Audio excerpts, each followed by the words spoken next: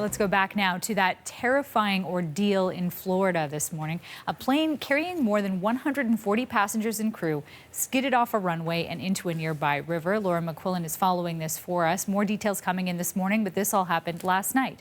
That's right. And what we're hearing is the plane was landing, but it was a hard landing. And passengers are describing how the plane seemed to bounce on the runway before it did skid off into a nearby river. These are some pictures from the scene last night. Now, when the shot changes there, you'll be able to see just all that water around the plane. It didn't become submerged. It just sort of sat at that level in the river, and the passengers were able to get out. But I want to show you exactly where this unfolded. This was a charter plane that was carrying military and civilians from Guantanamo Bay in Cuba to Jacksonville, Florida, to a naval airbase there, and that's where this all occurred. And a passenger has spoken about what happened once it skidded off the runway. Here's what she said. We climbed onto the wing. We were in water. We couldn't tell where we were, whether it was a river or an ocean. There was rain coming down. There was lightning and thunder. And we stood on that wing for a significant period of time. The rescue folks came.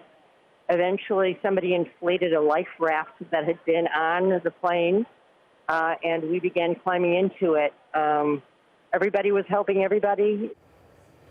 Just imagine what that's like. It kind of calls to mind the Hudson River plane landing, just standing on the wing of the plane waiting to be rescued. And what we do know is that once they were rescued, 21 people were taken to hospital, but we're hearing they had only minor injuries, just cuts and scrapes. And the Navy itself says this was a really close call. They know how lucky everyone was. Here's a spokesman from the Navy. I think it is a miracle. It could have ended we could be talking about a different story this evening, so I think there's a lot to say about the professionalism of the folks that helped the passengers off the airplane. There's a lot to say about that because it very well could be worse. At this point, it's not clear exactly what happened, but we're hearing that there were thunderstorms, there was lightning at the time, so it's possible that the runway was slick from rain.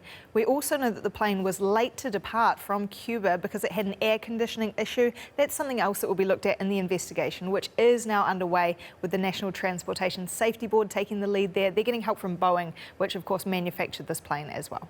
Okay, thanks for that update, Laura. You're welcome.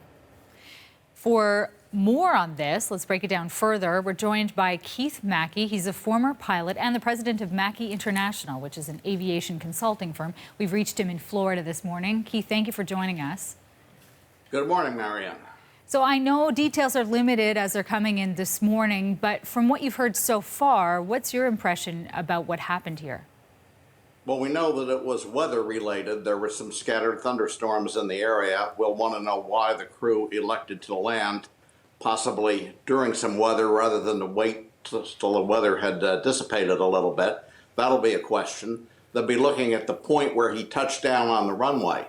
Normally, we would expect the airplane to touch down up within the first 500 meters of the runway. Now, the runway was 9,000 feet long, so it was a very adequate runway. The airplane overran the end of the runway. My guess would be about 400 meters through some grass and gravel before it reached the river, and then had sufficient momentum to continue rolling into the river at least the length of the airplane. So there are a lot of questions that need to be answered as to why this happened.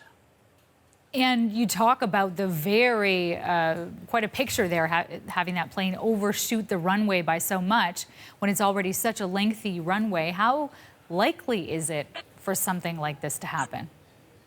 Well, it's not likely at all. Mm-hmm. It's not likely at all. If the airplane had touched down in what we call the touchdown zone, there would have been plenty of runway remaining to stop.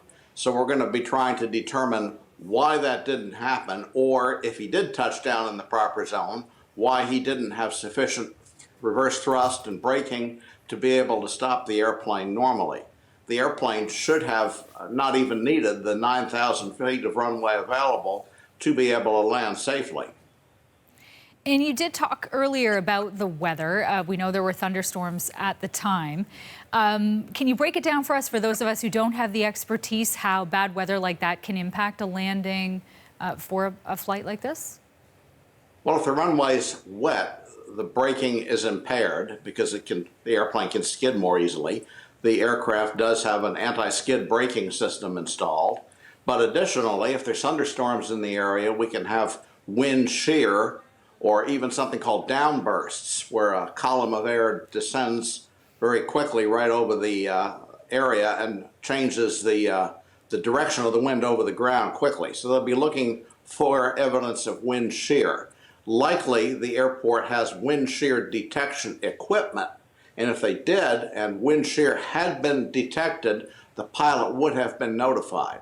So the question will be arised, did the airport have wind shear detection capability? And if so, was the crew notified of possible wind shear, if in fact it existed?